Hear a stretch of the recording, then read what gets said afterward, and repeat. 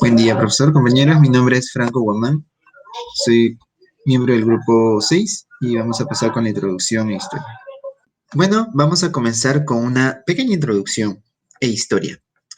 La palabra explosivo puede relacionarse con destrucción o guerras, pero la revolución industrial del siglo XIX, XX y el XXI no hubiera sido posible sin los explosivos, los cuales dieron paso a que se ejecutaran obras gigantescas y se mejorara en la extracción de minerales. Además, los explosivos han eliminado la necesidad de un trabajo manual, que en estas épocas era una de las causas por el cual había esclavitud, prisioneros y una clase baja de trabajadores. Los explosivos han tenido una evolución histórica, donde se pueden distinguir principalmente tres fases, según hemos encontrado: la pólvora negra, dinamita y agentes de voladura. Comenzaremos con la pólvora negra. La pólvora negra está constituida por una mezcla ternaria en la cual tenemos un comburente que puede ser el nitrato de potasio potásico o sódico y dos combustibles, carbón vegetal y azufre. Esta fue la primera sustancia explosiva conocida. Según algunos testimonios de Marco Greco, de su existencia aparecen en el siglo VII, donde describe los fuegos griegos que destruyeron flotas árabes. El uso generalizado de esta sustancia, pólvora, se empezó a usar como propulsor en armas de fuego. Ahí fue donde creció el uso de este compuesto. Y este uso se le atribuye al monje alemán Bertolt Schwarz en 1328, aunque existen precedentes anteriores. La pólvora, según la historia, fue descubierta por los chinos, pasando luego a los árabes, los cuales lo usaron con aplicaciones bélicas, aparte de la pirotecnia. En el siglo XVII se remonta su uso en el uso industrial en el centro de Europa, quizá Hungría o Austria. Eh, en Austria por el minero Wendt en 1627 y en Alemania por Freiburg. Posteriormente a esto, se generaliza su empleo para la minería, además de la construcción de caminos y túneles. Estas aplicaciones son usadas, estas aplicaciones perduran hasta el día de hoy, pero ahora hay pues otros agentes o otros compuestos explosivos, así que se ha reducido ese uso. Ahora hablaremos de la dinamita, que la cual se remonta al siglo XVII con el oro fulminante o el fulminato de mercurio, que se fue preparada por primera vez en 1790, la cual tiene propiedades rompedoras muy buenas, pero el transporte de este compuesto es muy peligroso, lo cual limitó el estudio de este compuesto a solamente lo teórico y no lo práctico. Luego, podemos ver que hubo esfuerzos por incorporar oxígeno en sustancias orgánicas, lo cual conllevó al descubrimiento de la nitrocelulosa en 1847 por Ascanio Sobrero. La nitroglicerina o piroglicerina, el cual sería el explosivo más importante de todos y modifica las normas usuales de las explotaciones en canteras y minas. Sin embargo, el mismo problema que el compuesto anterior. Hay problemas para su transporte y se perdió el interés. Pero Alfred Nobel, sueco, que tenía conocimiento de la glicerina, llevó a cabo experimentos para utilizar este producto a nivel industrial, que era usado en estado líquido, en los cuales hubieron graves accidentes y lamentablemente perdió la vida su hermano menor. Así que a partir de estos accidentes fue prohibida la fabricación en Suecia por un tiempo. Pero en 1867 se inventan dos productos que revolucionarían la industria técnica de explosivos.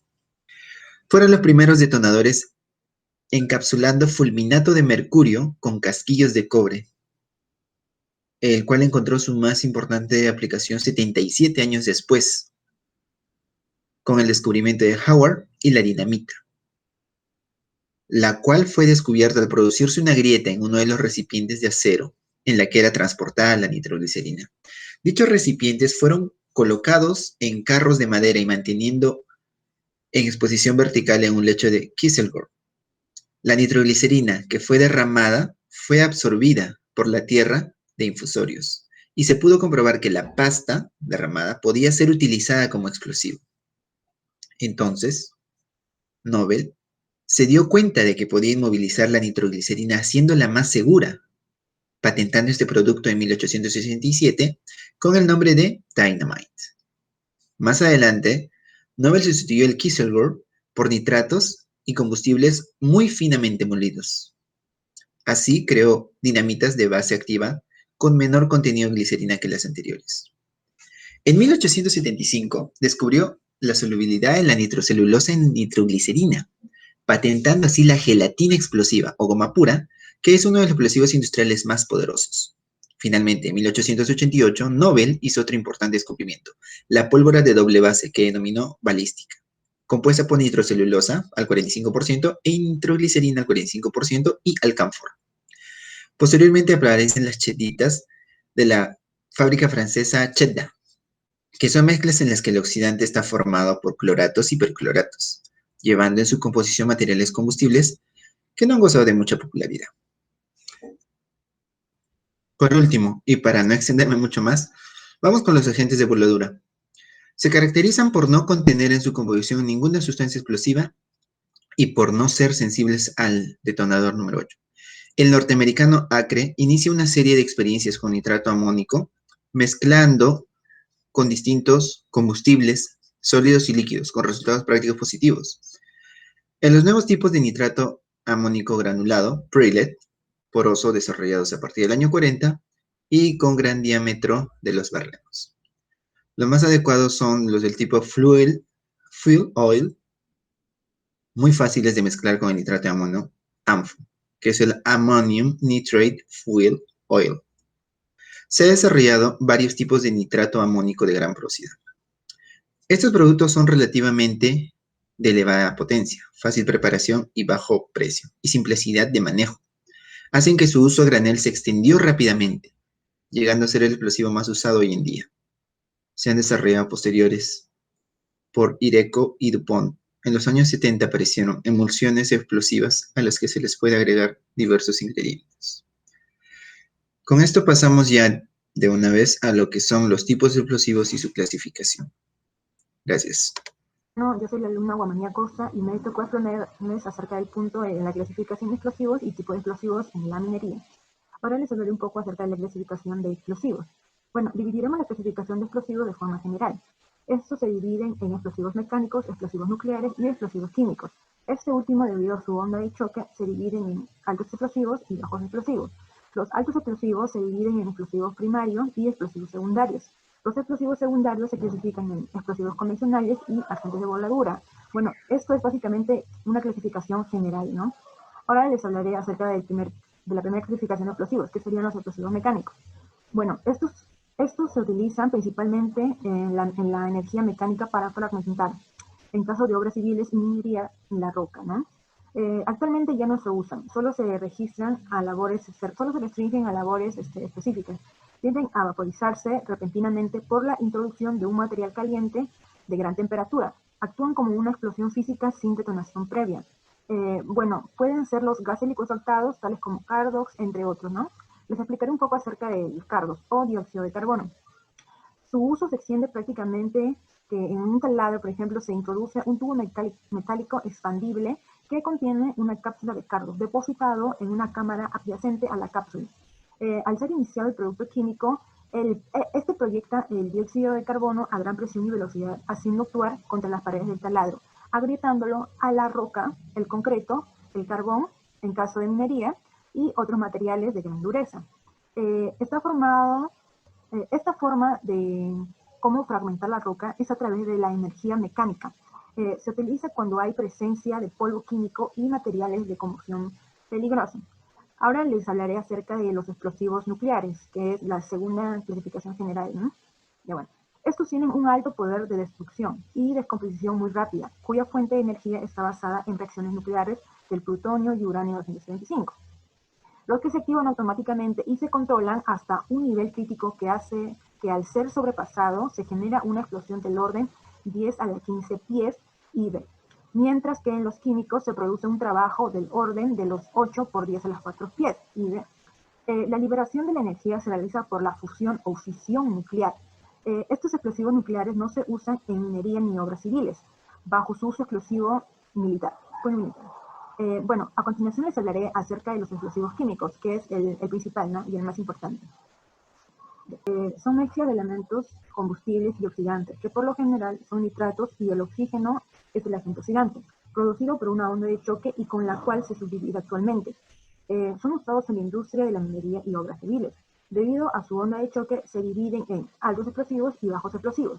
Les hablaré un poco acerca de los altos explosivos, o también llamados explosivos rápidos, o detonantes que detonan y producen energía de gas y energía de choque. Su velocidad de reacción u onda de choque comprenden entre 2.500 metros por segundo y 7.000 metros por segundo. Los explosivos de mayor rango de onda de detonación son los de uso exclusivo militar, pues la onda de choque es supersónica y constante, ¿no? Lo que garantiza que la detonación sea de toda su masa. Los altos explosivos se dividen en explosivos primarios y explosivos secundarios. Les hablaré un poco de los explosivos primarios. Estos explosivos primarios o iniciadores son explosivos de mayor poder energético. Alcanzan altas VOD, o sea, velocidad de detonación, mayores a 5.000 metros por segundo. Poseen un mayor carácter sensitivo a comparación de los secundarios, por lo que son más inestables a nivel atómico, ¿no? Pueden ser iniciados con el menor estímulo como una chispa o un golpe. Son usados en los detonadores, fulminantes o cordón detonantes para iniciar la explosión de los agentes de los explosivos secundarios. Hay que tener en claro que nunca, por motivos de seguridad, los explosivos primarios van con los explosivos secundarios. Es decir, la dinamita es con fulminante, ¿no? Podría ocasionar una explosión. Por ejemplo, fulminato de mercurio, ácido de plomo o nitruro de plomo, el sulfato de plomo, entre otros, ¿no? Ahora les hablaré un poco acerca de los secundarios, también llamados explosivos bases. Son mezclas explosivas que requieren de un iniciador para detonar, debido a su sensibilidad, ¿no? Ya que esta no es mucha con respecto a los explosivos primarios, es decir, que al fragmentarse no explotan ni se queman, más bien deben recibir una onda de choque de otro explosivo. Producen un fuerte efecto rompedor y generan gases. Debido a su susceptibilidad, se clasifican en explosivos convencionales o agentes de voladura. Les explicaré acerca de los explosivos convencionales y agentes de voladura. Los explosivos convencionales pueden ser iniciados por un fulminante número 8 o cordón detonante, tales como todos los tipos de dinamitas, emulsiones, broker, cono, booster, etcétera, ¿no? Los agentes de voladura tienen como característica general que no es sensible al detonador común número 8, ¿no? Requieren de una carga reforzada que aumente el poder del detonador. Estas sustancias explosivas están reglamentadas en el uso de la ingeniería civil, orientando su ejemplo en las voladuras al cielo abierto y en túneles. Debido a su alta estabilidad que las hace seguras para su manipulación, por ejemplo, de ellos pueden ser los hidrogeles, emulsiones, entre otros, ¿no? Les comentaré ahora acerca de los bajos explosivos, ¿no? Estos son compuestos pirotécnicos usados en la artillería y en la cohetería. Su explosión es semejante a una combustión violenta, con limitantes efectos triturador, porque desarrolla una baja presión, ¿no? Su uso no se extiende ni en la minería, ni en la ingeniería civil, excepto en la mecha de seguridad, porque contiene pólvora, ¿no? Su velocidad es menor a 2.000 metros por segundo. Ejemplos de ellos serían las pólvoras negras, pólvoras sin humo, pólvoras compuestas, entre otras, ¿no? Bueno, ahora les hablaré acerca de los tipos de explosivos que hay en la minería, de acuerdo al grado de importancia respecto a su consumo que actualmente se utilizan. Estos son los agentes explosivos secos, las emulsiones, los anfos pesados, la dinamita, los boosters y las pólvoras negras, o también conocidas como pólvoras de mina. Los agentes explosivos secos, ¿no? Son los más utilizados de todos los explosivos hoy en día. Aproximadamente el 80% de todos los explosivos que se utilizan son agentes explosivos secos. El término agente explosivo seco se refiere a todo aquel material en el cual no se utiliza agua en su formación. Los primeros agentes explosivos empleaban combustible basándose en el carbón sólido o carbón mineral y nitrato de amonio en varias formas. A través de la experimentación se encontró que los combustibles sólidos tendrían que segregarse durante la transportación y los resultados de las voladuras no eran óptimos, ¿no? Se encontró que el diésel mezclado con perlas porosas de nitrato de amonio daba los mejores resultados. El término ANFO se ha convertido en el sinónimo de los agentes de explosivos secos. Una mezcla de ANFO balanceada de oxígeno es fuente de energía explosiva más barata que se puede obtener hoy en día, ¿no? El añadir polvo de aluminio a los agentes explosivos secos aumenta la producción de energía, pero también aumenta el costo. Los agentes explosivos secos se pueden dividir en dos categorías, ¿no? Encartuchados y a granel. Les explicaré un poco acerca de los agentes explosivos encartuchados. Para su uso en barrenos húmedos y donde no se utiliza el bombeo, se puede usar un cartucho de ANFO aluminizado o desinfectado.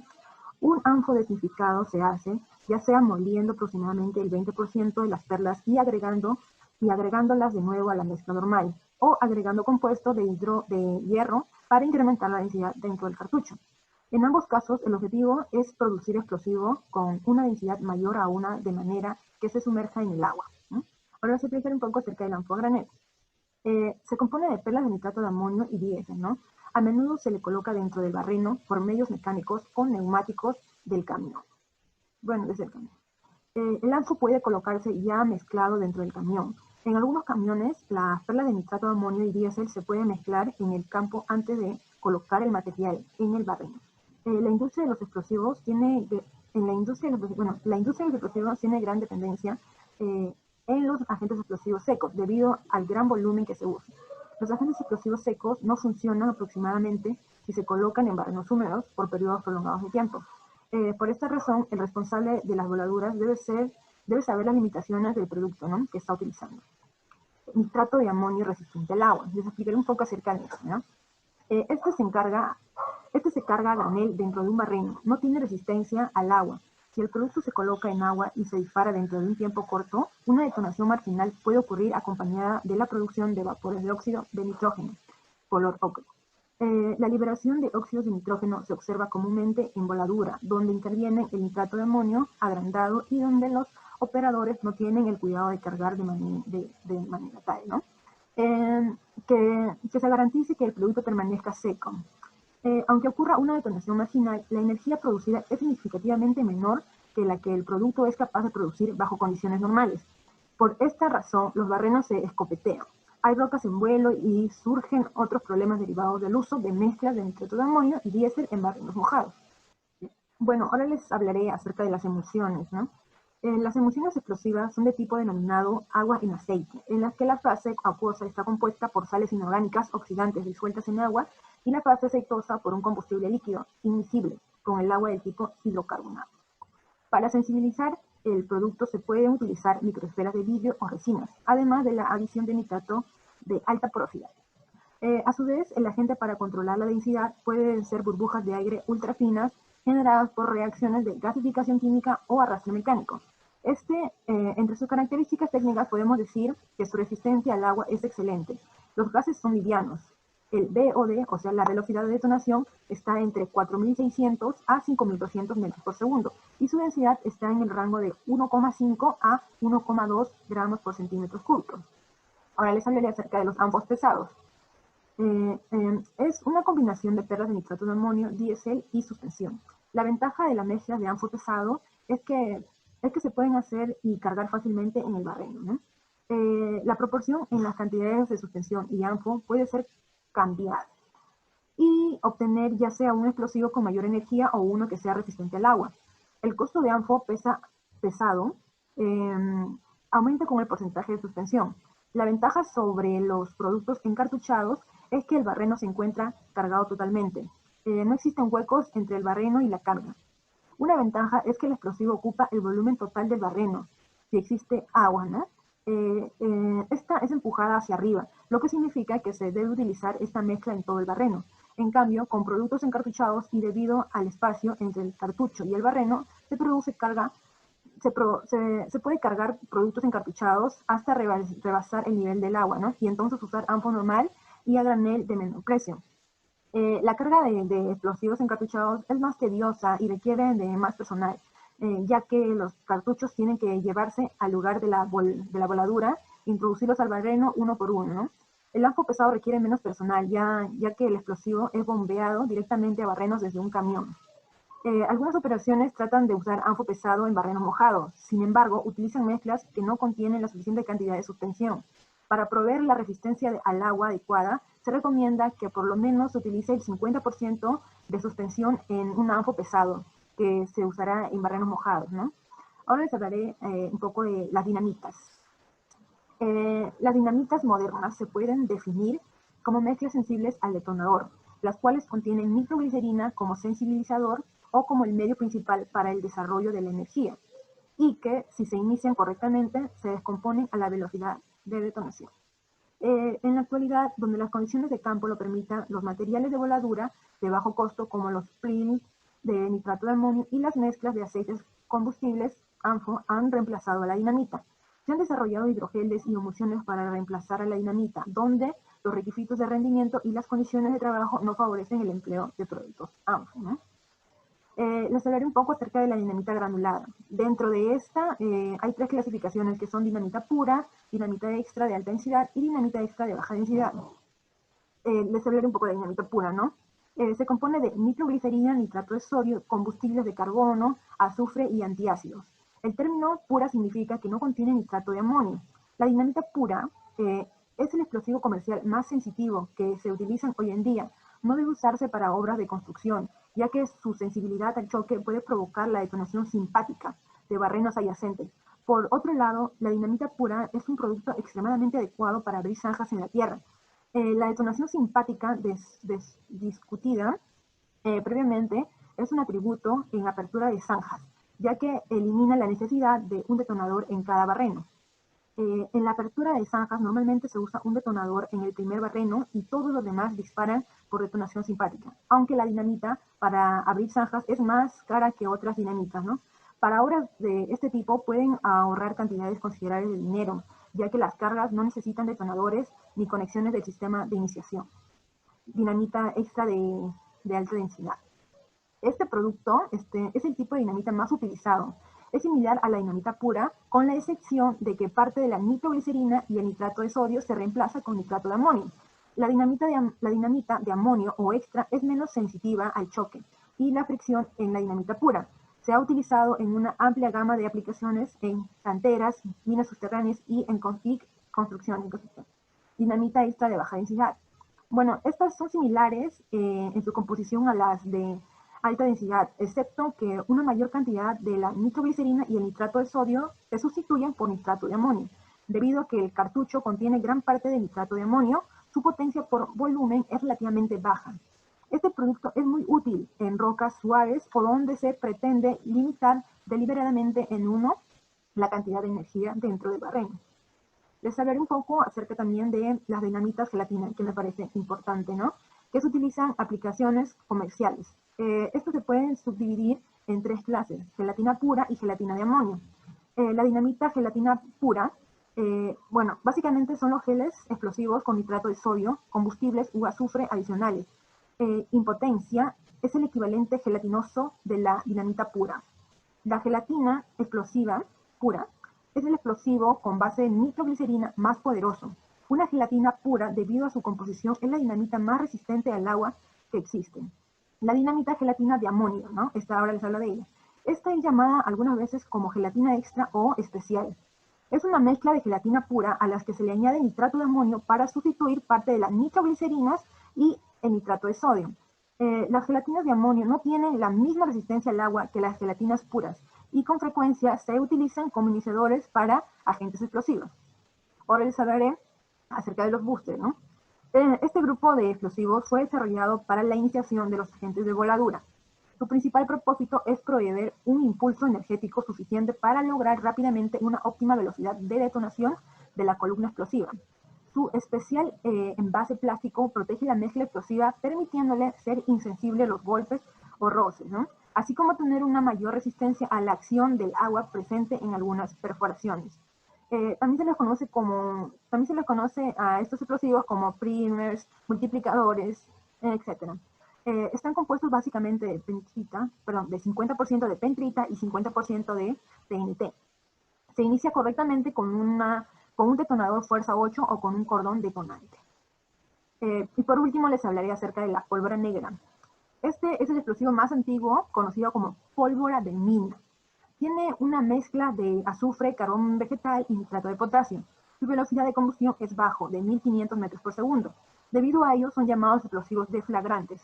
Su utilización es básicamente en canteras de mármol. Como no tiene mucha velocidad de detonación, pues no genera grietas nuevas. Bueno, algo importante que debemos recordar para que los explosivos generen grietas al macizo rocoso que se quiere descomponer, es que debemos tener un explosivo muy veloz, ya que tendríamos más probabilidades de romper la resistencia de las rocas. Como la pólvora de mina posee poca velocidad de detonación, lo único que hace es reabrir grietas, ¿no? Grietas persistentes. Y debido a eso, los gases se meten por esas grietas y los desplazan. Por esas razones, es muy utilizado en todo lo que es cantera de roca ornamental. Su uso más grande de la pólvora es todo lo que es armamentos y en el tema bélico, ¿no? Como explosivos de mina, es poco el uso entre mechas, sistema de iniciación, etc. Bueno, eso es todo por mi parte. Con las propiedades de algunos de esos compuestos. Y comenzaremos con la nitroglicerina. La nitroglicerina es un líquido viscoso, incoloro o amarillo pálido. Es poco volátil y poco soluble en agua. Por efecto de golpes, fricción, calentamiento u otras fuentes de ignición, se descompone rápidamente con gran producción de gases. Y esta descomposición empieza entre los 50 y 60 grados centígrados. Se utiliza en la producción de dinamitas y otros explosivos. En medicina, se utiliza en el tratamiento del asma, angina de pecho, insuficiencia cardíaca, arteriosclerosis e hipertensión. Otro compuesto también que vamos a ver es la emulsión, que es un alto explosivo acuoso sin nitroglicerina, muy triturador y muy resistente al agua. También vamos a tener la nitrocelulosa, que es un compuesto sintético obtenido a partir de la celulosa. Visualmente puede tomar una forma muy similar al algodón. Es casi indistinguible a la vista, pero sus propiedades químicas obviamente son muy diferentes, lo que permite con ella formar explosivos plásticos, propelentes para cohetes, emulsiones para películas gráficas, lacas, selladores, barnices, tintas, etc. Aunque parece muy similar al algodón, se puede disolver muy fácilmente en acetona, formando una capa plástica al secar. Una chispa o llama la hace deflagrar. Cada grupo nitroéster aporta 3 átomos de oxígeno que son usados para la combustión del carbono e hidrógeno de su estructura. Comprimida a una densidad máxima de 1.2 gramos por centímetro cúbico, es capaz de detonar a una velocidad de 7.300 metros por segundo, con un factor de efectividad de 1,1. Es decir, es un 10% más potente que el TNT o trinitroglicerina, comparado por peso. Otro compuesto que vamos a ver es el tetranitrato de pentaeritritol, o PETN. Es el detonante más energético y recalcitrante empleado en la actividad minera, ya que posee 4 grupos nitro unidos mediante enlaces éster. Es utilizado ampliamente como poderoso explosivo en la fabricación de detonadores y vasodilatador de arterias coronarias. Y por último, vamos a ver el nitrato de amonio, que está clasificado como un oxidante y es utilizado para la fabricación de diversos explosivos. Proceso de obtención del ANFO. Para asegurar la combustión completa, la mezcla apropiada es de 94% de nitrato de amonio y 6% de gasoil, dada por la norma técnica peruana 311.278/1984. Como la densidad del ANFO es baja, la energía que resulta por unidad de longitud de la columna es pequeña. Es por eso que se le va a añadir aluminio al vertido de nitrato de amonio, teniendo buenos resultados técnicos y económicos. En la relación de aluminio más nitrato de amonio da gas de nitrógeno, vapor de agua y óxido de aluminio. Un porcentaje mayor de aluminio da gas de nitrógeno y óxido de aluminio. Como se muestra en la figura, hay una relación entre el porcentaje de aluminio con la energía relativa con relación al ANFO. Porcentajes mayores al 25% disminuyen la eficiencia energética. de la tolva de la alimentación se vierte a una mezcla o tornillo helicoidal donde se produce la inyección a gasoil. La reacción en el tornillo helicoidal del LAMFO con aluminio se da con nitrato de amonio más gasoil más aluminio da dióxido de carbono, vapor de agua, gas de nitrógeno y óxido de aluminio. Si el tamaño del grano de aluminio es muy grueso, la oxidación será inadecuada y no se obtendrá un buen beneficio. En el tornillo helicoidal, la reacción de descomposición del sistema de equilibrio en oxígeno es nitrato de amonio más gasoil, donde el dióxido de carbono dando dióxido de carbono, vapor de agua y gas de nitrógeno. El balance de oxígeno en un ANFO es negativo. Un porcentaje insuficiente de gasoil da una pérdida de energía y aparecen humos de color naranja o rojizo, y un excedente al 6% producirá altas cantidades de monóxido de carbono. Un saludo a mi profesor y a mis compañeros. Soy el alumno Quispe Alegre Yair y en esta oportunidad les voy a exponer sobre los procesos de obtención y producción de los explosivos. Como ya se sabe, hay distintos tipos de explosivos. Tenemos al fulminato de mercurio, los ANFOs, la dinamita, la pólvora negra, en fin, etc. En este caso me voy a centrar sobre la pólvora negra, que viene a ser los cartuchos. Como ya dije, los cartuchos contienen pólvora negra y esta es una mezcla de azufre, carbón y nitrato de potasio. Nosotros ya sabemos el proceso de obtención de estos tres. Es por ello que me voy a centrar en los procesos de producción. Los cartuchos vienen en diferentes tamaños y el molde para ello son los mandriles. ¿Qué es lo que hacen? Antiguamente colocaban un mandril y alrededor ponían el papel y lo pegaban simplemente y obtenían como una forma de un tubo de papel higiénico, pero con la parte inferior tapada. Luego de ello iban al proceso de llenado. El proceso de llenado colocaban la pólvora negra en una máquina, en una tolva de la máquina, y la máquina giraba y salía por una boquilla la pólvora negra. Entonces, las mujeres, ¿qué es lo que hacían? Colocaban un tubo vacío en la boquilla hasta su llenado. Una vez que se llenaba, con la misma mano las mujeres tenían que sellarlo y con la otra mano inmediatamente colocar el otro tubo, para así evitar pérdidas. Lo hacían continuamente, porque la máquina nunca se detenía. Luego de ello, eran ubicados en cajas metálicas verticalmente y luego estas cajas metálicas eran sumergidas en parafina líquida para que haga al cartucho más resistente a la humedad. Luego de ello, manualmente empaquetaban aproximadamente en peso en 2,5 kilogramos los cartuchos y los envolvían en papel y con cinta de algodón. Y de nuevo todo este paquete de cartuchos era sumergido en parafina líquida para que de nuevo sea más resistente a la humedad. Luego de ello ya era el llevado hasta las minas donde eran explotados los cartuchos. Y bueno, ahora una breve explicación de los ANFOs.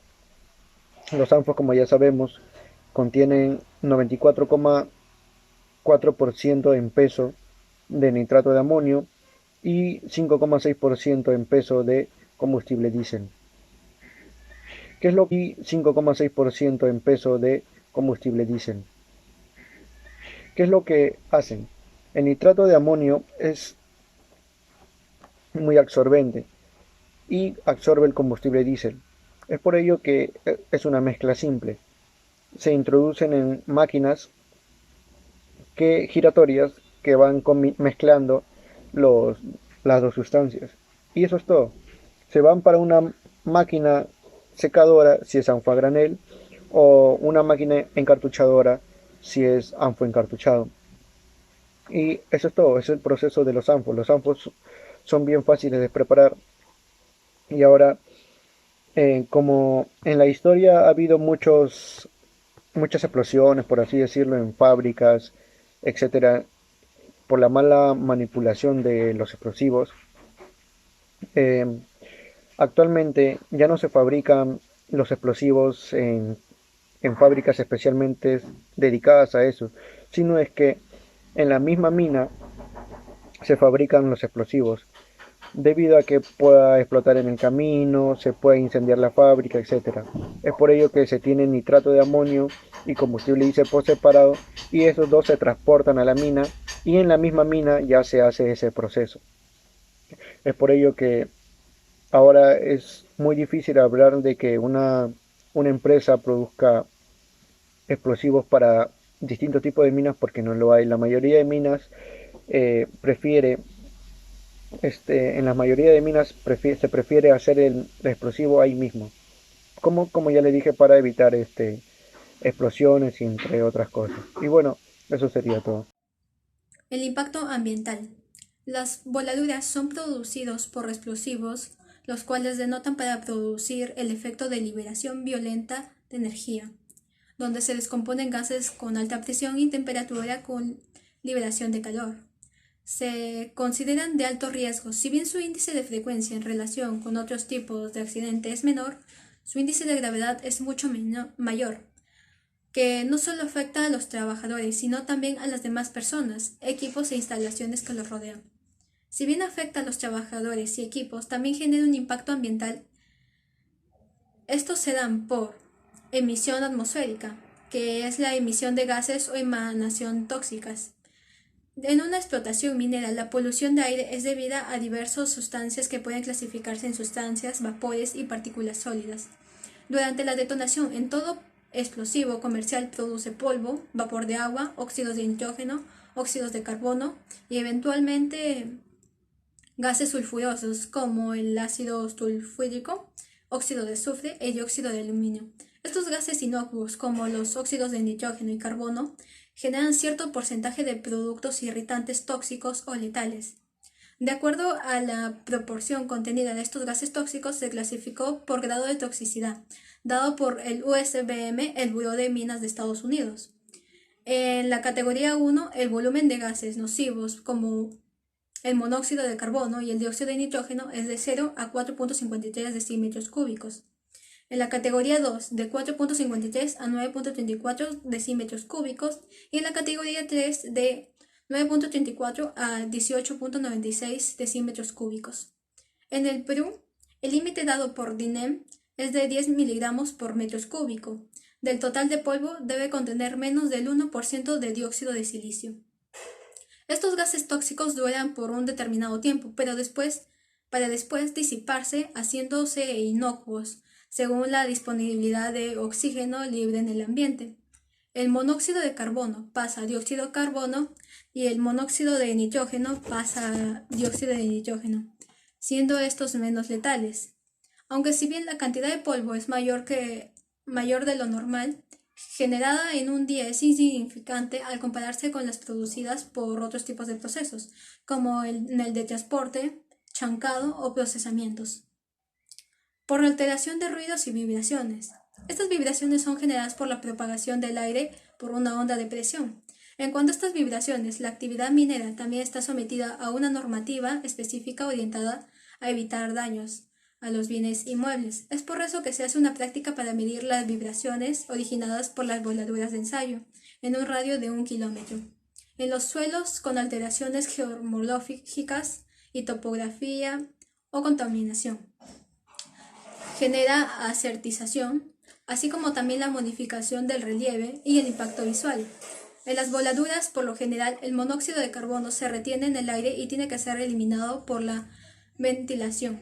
Los óxidos de nitrógeno, por otro lado, se oxidan espontáneamente en dióxido de nitrógeno, que permanece en el aire como tal o es lavado por la humedad para formar ácido nítrico o ácido nitroso que se siente en el suelo, paredes y en la superficie de la roca. En la calidad de agua se determinan incorporando partículas sólidas en la corriente, un aumento de la carga de fondo y en su suspensión e incrementan las tasas de sedimentación. Gracias.